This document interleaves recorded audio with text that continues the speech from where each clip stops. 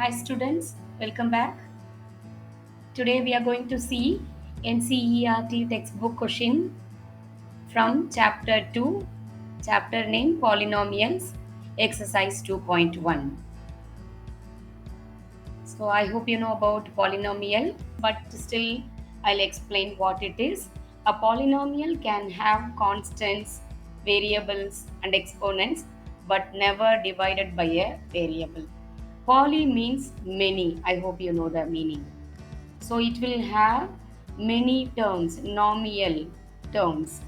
Now constants, it can be any constant like negative 16, negative 2 by 3 and even 27. Constants are also called polynomials. Variables, x and y, also called variables, polynomials. Exponents like x squared, y power 3, these are all comes under polynomial. But not divided by a variable. That means if you have something like this 3 divided by x or minus 5 divided by x squared, and as you can see here 1 over x minus 1, these are all not polynomials because they are dividing by variable, and it should not contain a negative exponent here. So in all these cases, the variable will have a negative exponent. That's why they are not polynomials. In case of exponents, it should be only 0, 1, 2, 3 and so on. No negative exponents, no fractional exponents. Kindly remember this point, students. No fractional exponents.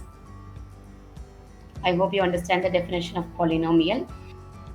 You can also see here expressions like 1 over x minus 1, comma, root x plus 2. Root x because x to the power 1 by 2. That's why it is not a polynomial.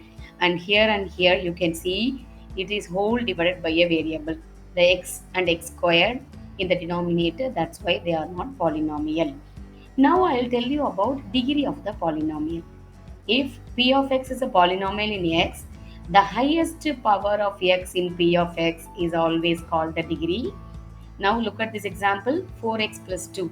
So it is a polynomial in the variable x of degree 1, 2y squared minus 3y plus 4. It is again a polynomial in the variable y of degree 2, and this is a power 5x cubed minus 2x squared plus x minus 2.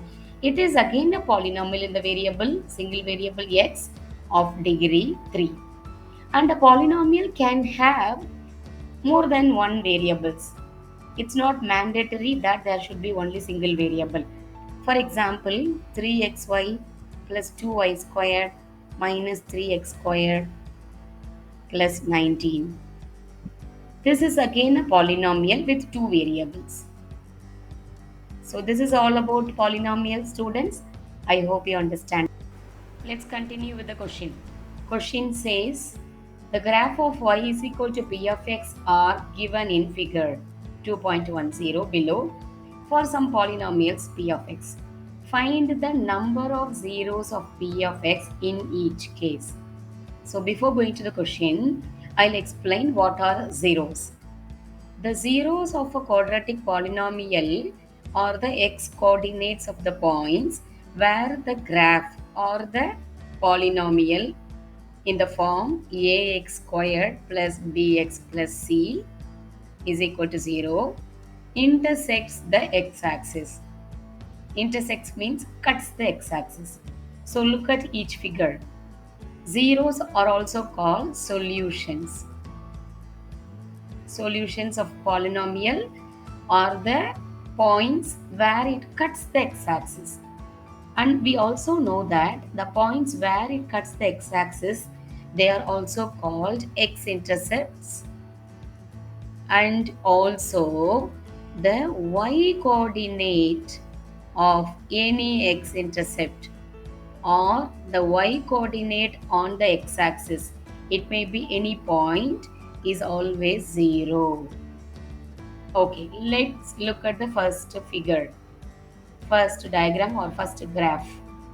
See, this is a straight line linear. We know that linear is ax plus b is equal to 0. The equation, the graph of a linear is always a straight line, and see whether it intersects anywhere on the x-axis. Not at all. It intersects only the y-axis. There is no intersection at the x-axis. That means no zeros for the first graph. Now let's see the second graph. Where does it intersect the x-axis? Only at this point. Please don't consider the y-intercept. Consider only the x-intercept. The point where the graph cuts the x-axis, that only give you the 0. And in this case, the number of zeros, 1, 1, 0. Now let's come to third graph. This is the graph. And how many places it intersects the x-axis? 1, 2, 3. Again, don't consider this y-intercept. So there will be 3 zeros for this case. Now let's see fourth question, and it's a parabola. So we also know that the graph of a quadratic equation is a curve, or it's also called parabola. So these are the 2 points where the parabola cuts the x-axis. So there will be 2 zeros for this. Now question number 5. Look at the graph and see how many places the graph intersects the x-axis. 1, 2, 3, 4. Nothing else. Don't consider the y-intercept again. So how many zeros for this polynomial p of x? 4 zeros. Now last graph, it's a curve again, and check how many places it cuts the x-axis. 1, 2, 3. So 3 places where it intersects the x-axis. So there will be 3 zeros for the final graph. So I hope you understand what is a zero of a quadratic polynomial, and you also understand all the questions we solved today. See you in the next video. Bye bye. Take care.